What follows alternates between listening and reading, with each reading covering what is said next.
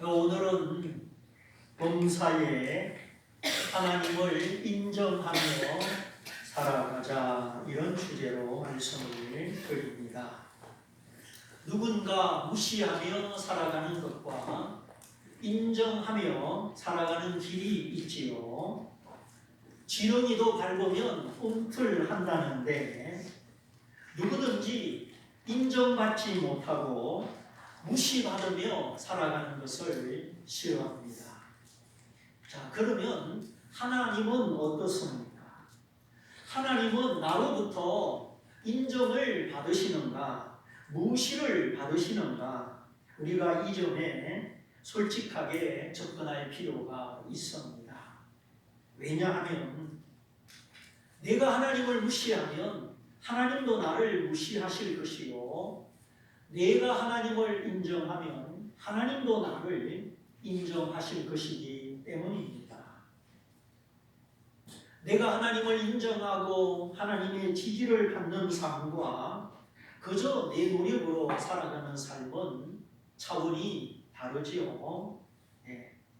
내 능력으로 농사 지으면 100평.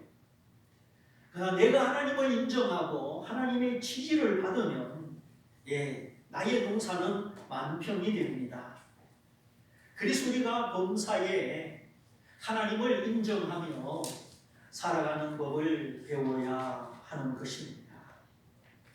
자, 사람이 사람을 만날 때 필요해서 만나는 경우가 있고, 필요 유무를 떠나서 한 인간으로 존중함으로 만나는 경우가 있습니다.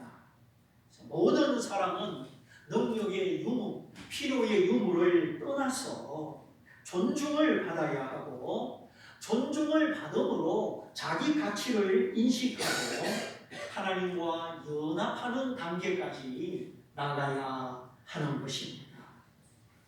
사람이 사랑을 받으면 자기 존재감이 살아나게 되고, 존중을 받으면 자기 가치를 더 잘 알게 됩니다. 그래서 무시받고 자란 자녀는 안정스럽게 자라가기가 힘들죠. 사람이 돈이 많다고 성공한다고 행복한 것이 아니라 사랑받고 사랑하고 존중받고 존중하며 살아갈 때 행복한 것입니다. 하나님이 그 아들을 십자가에 내어주시고 그 아들의 죽음으로 나를 구원하셨다. 이것은 하나님이 나를 사랑하시고 존중해 주시고 나를 인정해 주셨다는 뜻입니다. 하나님 보시기에 우리 인간이 아무런 가치가 없다면 왜 당신의 아들을 십자가에 주시고 우리를 구원하셨겠습니까? 우리가 여전히 죄에 빠져 있을 때 그리스도께서 대신하여 죽으심으로 보아라, 내가 죄에 빠진 너희를 위해서 내 아들을 주었으니 십자가에 못 박힌 내 아들은 내가 너희를 귀하게 여기고 내가 너희를 존중하고 내가 너희를 사랑한다는 증거다. 이렇게 하나님이 보여주신 것이죠. 하나님은 말로만 나를 사랑한 것이 아니고 내 대신 형벌을 받은 그 아들을 통하여 구체적으로 직접적으로 사랑을 증거하여 주셨습니다. 누가 수술을 받고 수혈을 해야 되는데 내 자녀의 피를 좀 달라고 하면 선뜻 줄 수 있겠습니까? 내 아이의 몸속에 흐르는 피를 그렇게 아무렇지 않게 선뜻 내어주지 못할 것입니다. 그런데 하나님은 당신의 아들을 십자가에 내어주시고 그 피값으로, 생명의 값으로 우리를 구원하셨습니다. 또한 성령을 보내주시고 선지자 사도들을 통하여 성경을 기록하게 하시고 교회를 주시고 말씀의 종들을 세우셨습니다. 하나님은 나를 사랑하시되 가슴과 가슴으로 인격과 인격으로 사랑하기를 원하시기 때문입니다.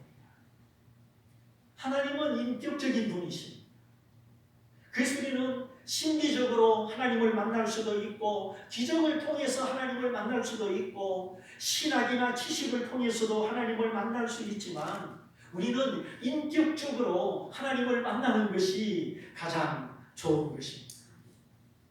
네, 사랑하면 인격의 통합을 이루게 되고 모든 소유의 공유를 이루게 되죠. 너와 나의 구별, 내 것과 네 것의 구별이 없어집니다. 그래서 부부는 참 신기하고 아름다운 것이죠. 자, 그러면 하나님과 나 사이의 관계는 어떻습니까? 신기하고 놀랍고 아름다울 만큼 하나님과 나는 인격의 통합을 이루며 소유의 공유를 이루고 있는가? 하나님을 사랑하기 때문에 사랑 안에서 이루어지는 두 인격의 통합, 모든 소유의 공유, 이것이 포도나무와 가지가 붙어 있는 것처럼 주님과 내가 붙어 있는 신앙입니다. 하나님과 나 사이의 친밀함, 하나님과 나 사이에 끊을 수 없는 신뢰, 어떤 어려움이 있어도 하나님을 신뢰하고 하나님이 내게 좋은 것을 주신다는 이 믿음, 이 친밀함과 신뢰 관계가 붙어 있다 하는 그 뜻입니다. 그래서 너희가 이렇게 내 안에 붙어 있으면 너희가 많은 열매를 맺으리라. 그러므로 주님과 내가 서로 신뢰하고 간격없이 친밀하다면 서로 무시할까요? 인정할까요? 예, 내 모든 삶에 우리는 하나님을 앞세우며 하나님을 의지하며 하나님을 인정하게 되는 것입니다. 자, 답이 나왔죠. 관심이 없고 무시하고 내 마음대로 하고 그건 친밀한 것도 아니고 신뢰하는 것도 아니지요.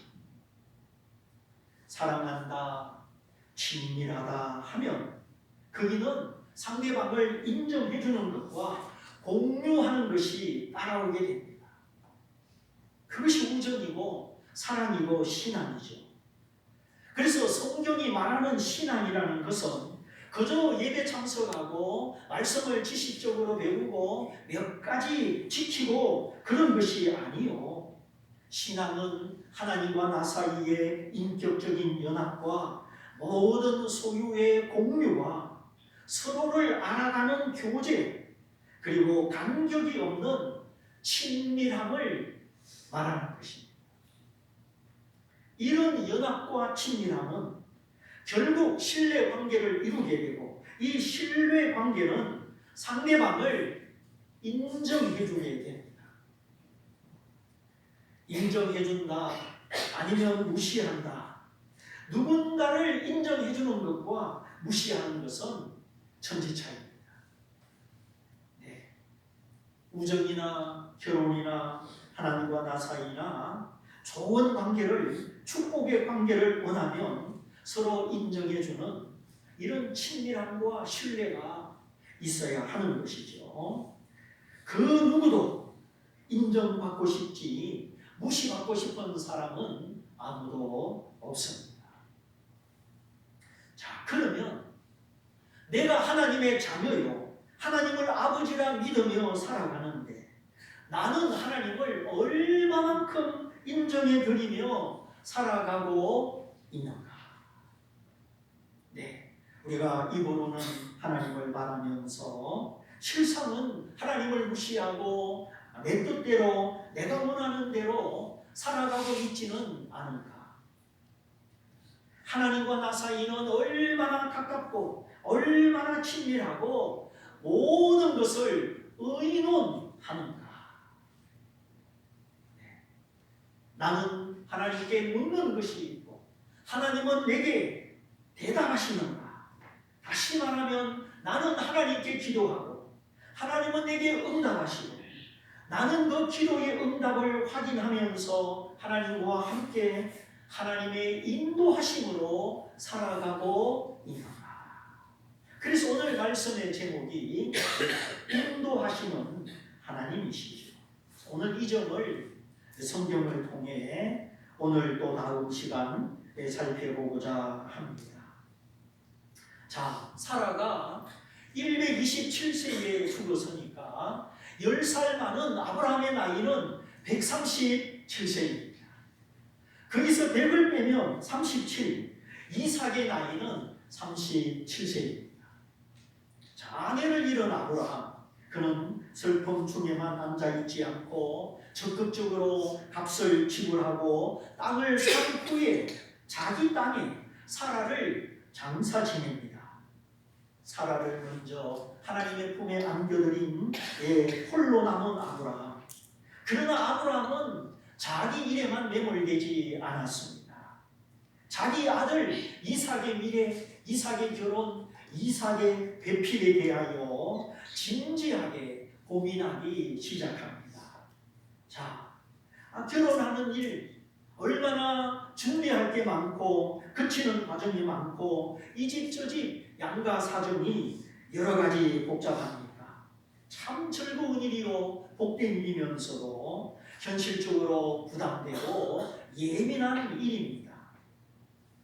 진리 안에서, 사랑 안에서, 하나님 뜻 안에서 만나야 되고 처음부터 끝까지 하나님의 인도하심과 하나님의 축복이 있어야 하는 것이 결혼입니다. 인생의 3대 사건, 출생, 결혼, 그리고 장례식이죠. 자, 그 중에 하나 결혼.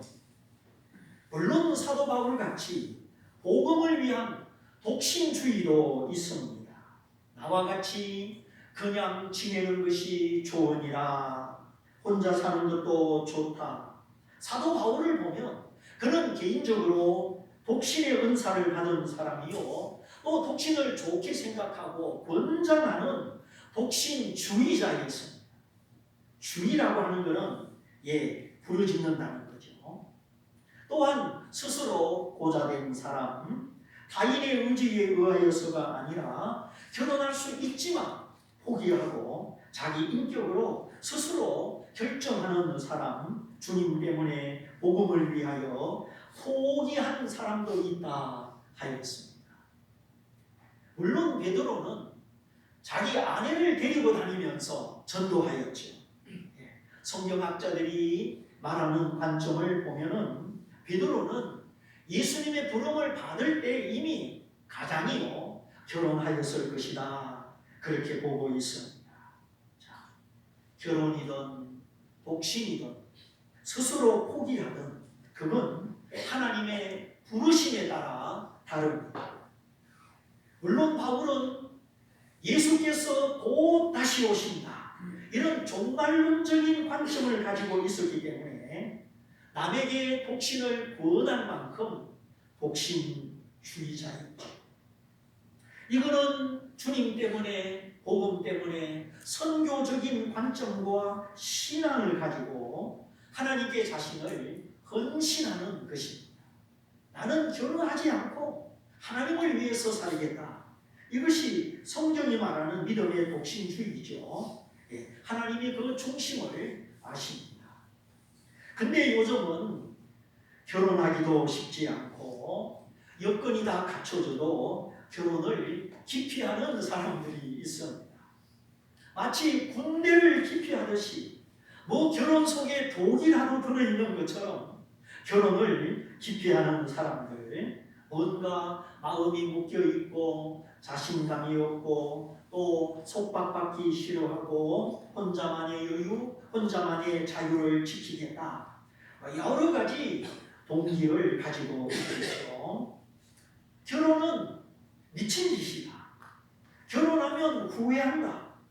해도 후회하고 안 해도 후회하니 해보고 후회하자, 여러 말들이 많습니다. 특별히 저 서울의 똑똑한 아가씨들 말들이 많아요. 그러나 우리 하나님의 자녀들은 그런 세상에 뜯어놓은 말, 그걸 따라가면 안 됩니다. 마음을 열어놓고 최대한 준비하고 하나님이 허락하시면, 하나님이 인도하시면 내가 응답하겠습니다. 이런 최소한의 자세가 필요합니다. 조급하게 억지로 인위적으로 앞서 나갈 필요도 없고 아예 마음을 닫아버리고 나는 결혼 안 하겠다 포기할 필요도 없고 이 결혼 문제도 하나님의 주권과 하나님의 뜻을 따르는 신앙의 자세, 순종의 자세가 필요합니다. 단 한 가지, 결혼하면 후회한다, 결혼하면 손해본다, 결혼하면 자유를 빼앗긴다, 이런 계산적인 태도, 이기적인 태도, 이거는 지양해야 하겠습니다. 네. 다 그렇게 생각하면 출산이 멈추고 출산율이 저하되고 이게 사회적인 문제가 발생합니다. 내가 그런 사회적인 문제까지 고려해야 됩니까? 그렇게 나온다면 할 말은 없죠. 그러나 내 부모님이 결혼하지 않았다면 나는 어떻게 태어났을까요? 그건 한번 생각을 해봐야죠. 결혼한 사람들은 출산을 경험하고 양육을 경험하고 초기에 젊은 날에 힘든 것은 사실입니다. 그러나 결혼은 하나님의 보편적인 뜻이요 하나님의 큰 계획이 포함되어 있습니다. 결혼함으로 자녀를 낳고 기름으로 더 성숙한 사람이 되고 하나님을 의지하게 되고 기도하는 사람이 됩니다. 결혼을 안 하면 당장은 자유롭고 매이는 것이 없고 나를 위하여 마음대로 살 수는 있습니다. 그러나 거기에 나만을 위한 자유 속에 위험 요소가 포함되어 있지요. 무절제하고 이기적이고 시대의 흐름을 따라 쾌락 중심으로 살아갈 수가 있습니다. 그리고 나이 들어갈수록 문제가 되는 것이 있는데 소외감, 정서적인 고립감, 감정을 나누거나 인생을 나눌 수 없는 고립감, 소외감, 정서적 결핍, 이런 현상들이 하나님의 창조 원리를 벗어났을 때 나타날 수 있습니다. 그래서 아담이 혼자 있는 것을 보고 하나님이 말씀하셨죠. 다른 모든 창조의 날들은 하나님이 보시기에 좋았더라, 좋았더라 그랬는데 딱 한 가지, 아담이 혼자 있는 모습을 보고 사람이 독처하는 것이 좋지 못하니 나 굿. 사람이 혼자 지내는 것은 좋지 못하다. 내가 저를 위하여 돕는 배필을 지으리라. 네. 하나님이 에덴 동산에서 최초의 결혼 주례자가 되시고 결혼의 제도를 장시하셨습니다. 그래서 나이 들어갈 때, 늙어갈 때 너무 소외되지 않도록 하나님의 창조 원리를 따라 순종하는 마음으로 현명하게 생각하는 것이 필요합니다. 자, 그러면 이제 본문으로 들어가 봅니다. 사라가 127세 때에 죽게 되고 아브라함이 아내를 잃고 37세 된 아들을 위하여 신중하게 하나님을 인정하면서 아들의 결혼을 준비합니다. 이삭이 37에 결혼을 생각하였으니까 나도 37 되면 생각해보겠다. 그건 아닙니다. 왜냐하면 이삭 시대의 평균 수명과 오늘날의 평균 수명이 다르기 때문이죠. 참고로 아브라함은 175세를 살았습니다. 노아 홍수 이전에, 그 이전에는 900세를 살았습니다. 인류의 평균 수명이 그때는 정확하게 912세였습니다. 왜냐하면 이 지구를 둘러싸고 있는 또 하나의 물청이 있었죠. 이게 지구가 둥글면 둥근 지구처럼 똑같이 지구를 둘러싸고 있는 물청이 있었습니다. 하늘 위의 물과 하늘 아래의 물이라고 창세기 1장에 말씀하셨죠. 이 물청이 자외선 온갖 이 햇빛에 강한 것을 막아주므로 노아 홍수 이전의 기후는 공룡들이 살아있을 만큼 아주 온화한 기후였습니다. 우리나라 고성에도 공룡 발자국이 있고 전 세계에 공룡 화석, 공룡 발자국이 흩어져 있습니다. 어떤 일정 지역에만 있는 것이 아니라 동서남북 전 세계에 골고루 분포되어 있습니다. 이거는 노아 홍수 이전에는 남극, 북극, 극지방이 없었고 열대지역, 한대지역 이런 지역의 차이, 기후의 차이가 없었다는 증명입니다. 지구를 둘러싸고 있는 이 물총 때문에 전 세계 기후가 균일하고 마치 봄날씨처럼 온화하여서 한 가지 기후밖에 없었습니다. 지금은 기상이변이 엄청 심하죠. 빙하가 녹아내리고 섬들이 가라앉고 걱정해야 되는 것이 한두 가지가 아닙니다. 그러므로 창세기 5장의 말씀처럼 노아 홍수 이전에 하나님이 창조한 인류는 평균 912세를 살았습니다. 그러나 사람들이 하나님을 멀리하고 하나님의 법도를 불순종하고 육체의 욕심대로 죄를 지으니까 노아 시대에 하늘의 창이 열려서 이 물춤이 쏟아지고 땅속 깊은 곳에 용암이 마그마가 터져서 전 지구적인 홍수와 함께 땅이 내려앉고 솟아오르는 지각의 대격변을 겪게 된 것입니다. 그때 공룡들이 다 죽었습니다. 물론 공룡만 죽은 게 아니었죠.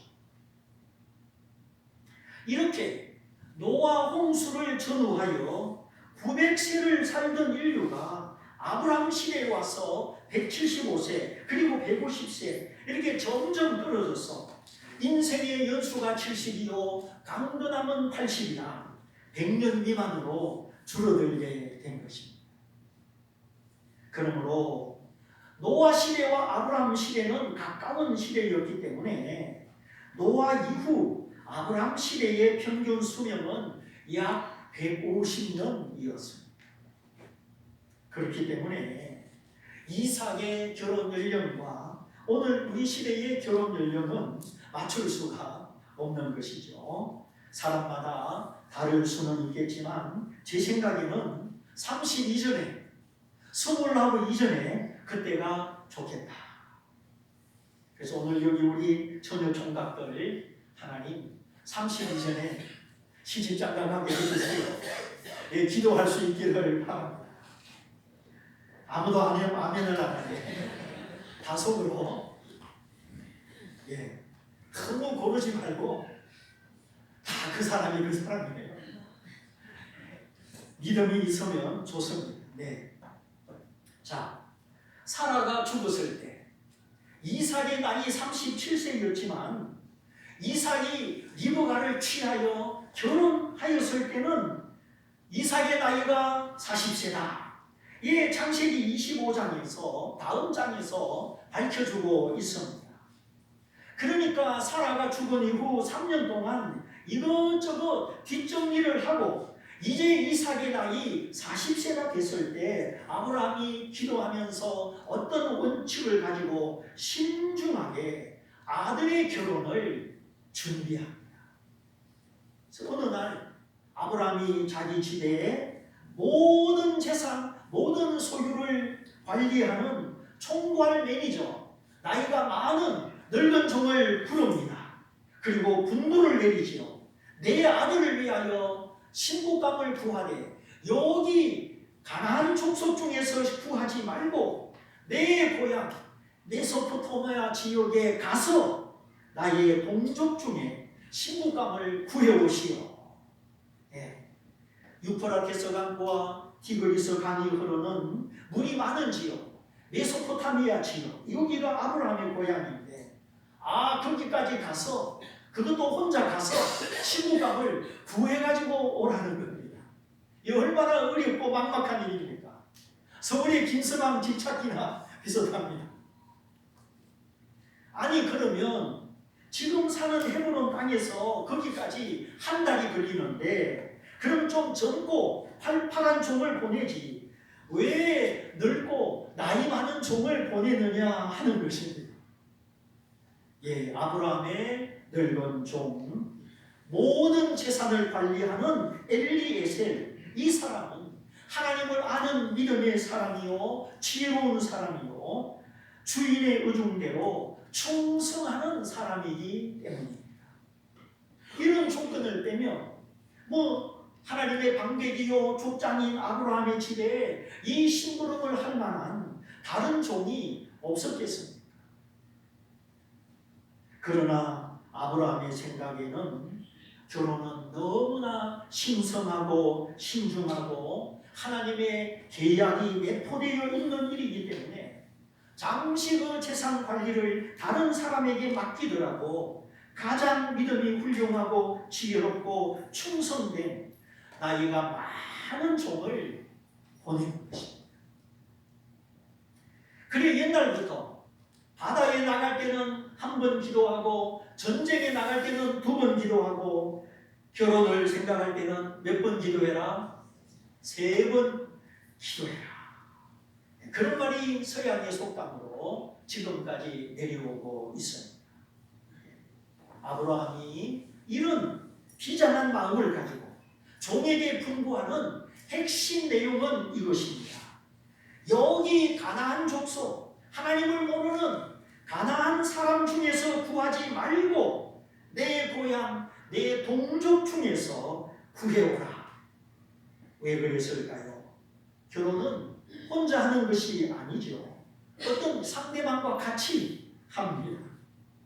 문제는 그 결혼의 대상이 어디 사람이냐, 어떤 사람이냐, 이것이 중요하기 때문입니다.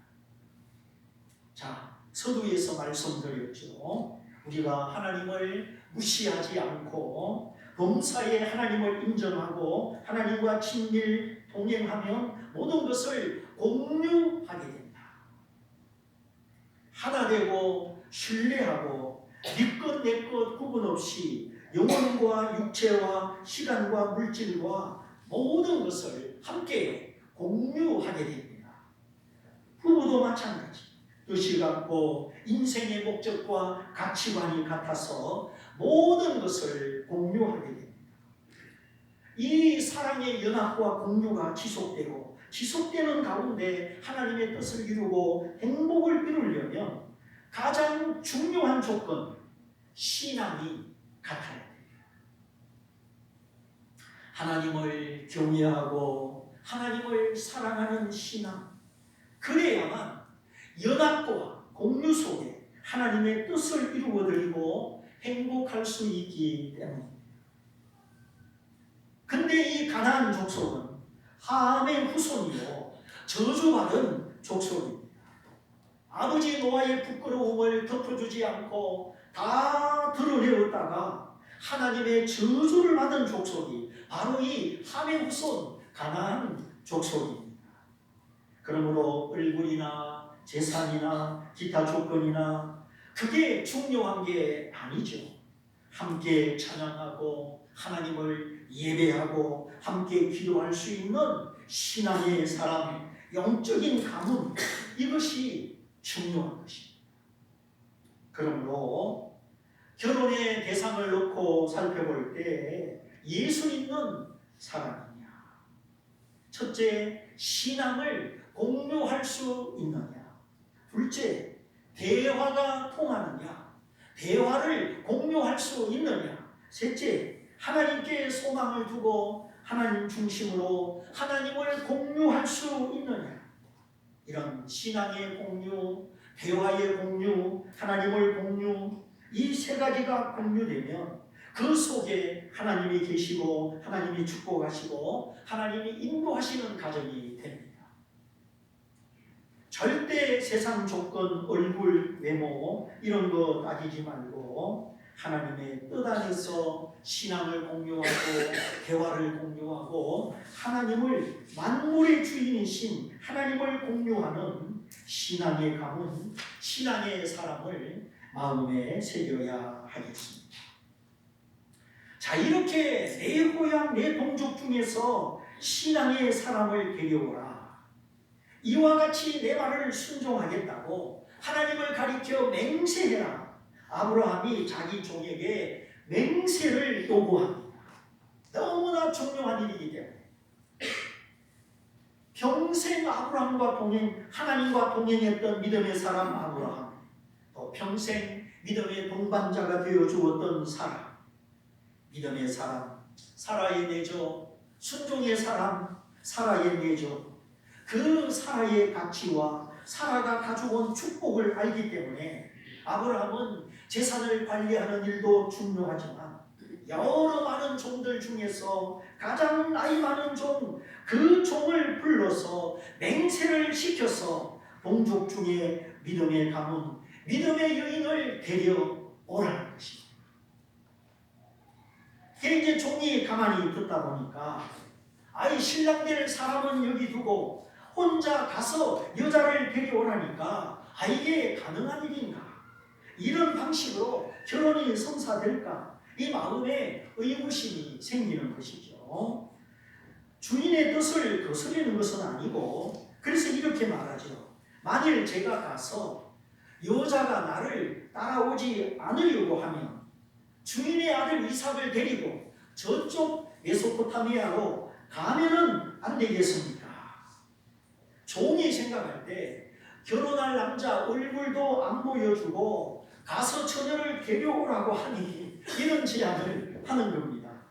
그랬더니 아브라함의 반응이 어떠했습니까? No! 절대 안 된다는 겁니다.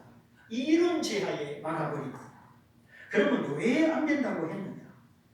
생각하면 합리적인 방법인데 이 늙은 종이 2번이나 왔다 갔다 해야 된다는 뜻인데 안 된다고 하는데 이유가 있겠죠. 아브라함이 설명합니다. 하늘의 하나님이 나를 불러서 내 아버지 집과 본토를 떠나게 하셨다. 하나님이 나로 하여금 하나님만 따라가는 믿음의 훈련을 떠나게 하셨다. 그리고 여기 이 땅 가나안을 나의 후손에게 주신다고 하셨다. 하나님이 언약하신 땅, 하나님이 축복하신 땅, 하나님의 기업이 여기 있기 때문에 이 땅을 떠나서 내 아들을 데리고 거기 갈 수 없다. 아브라함이 아주 단호하게 나가는 것입니다. 절대 믿음의 땅을, 약속의 땅을 떠날 수가 없다는 것이죠. 그 메소포타미아 지역, 강이 많고 물이 많고 비옥한 땅입니다. 농사가 잘 되는 지역입니다. 이렇게 초선딸 모양으로 아주 비옥한 땅입니다. 그리고 우리가 세계사 시간에 그 메소포타미아 문명을 공부할 때 초선딸 지역이라고 배웠죠. 그때 안 주무신 분들은 기억할 거예요. 자, 지금은 여기 이란, 이라크가 점령을 하고 회교 국가들이 자리 잡고 있는데 그 이슬람 회교 국가의 그 사원 꼭대기에 무엇가 달려 있습니까? 초승달 모양의 금속판이 달려 있습니다. 메소포타미아 문명의 상징, 초승달 모양의 비옥한 지역, 그리고 이슬람 회교 국가의 상징 역시 초승달 모양. 이거는 하나님 없는 인간의 부요, 인간의 풍요를 상징하는 것이죠. 때로는 하나님과 함께 고난을 받고 욕을 먹어도 가난해도 핍박을 받아도 기도하고 믿음을 지키고 하늘의 영광을 바라보는 것이 하나님의 자녀들입니다. 그런데 오늘날 예수 믿는다는 하나님의 자녀들이 고난을 싫어합니다. 고난 속에 있는 하나님의 깊은 뜻과 축복을 알아야 되는데 하나님과 함께 걸어가는 삶을 배우려고 하지 않습니다. 그저 성공을 향하여 부의 확장과 출세를 향하여 나아가고 있습니다.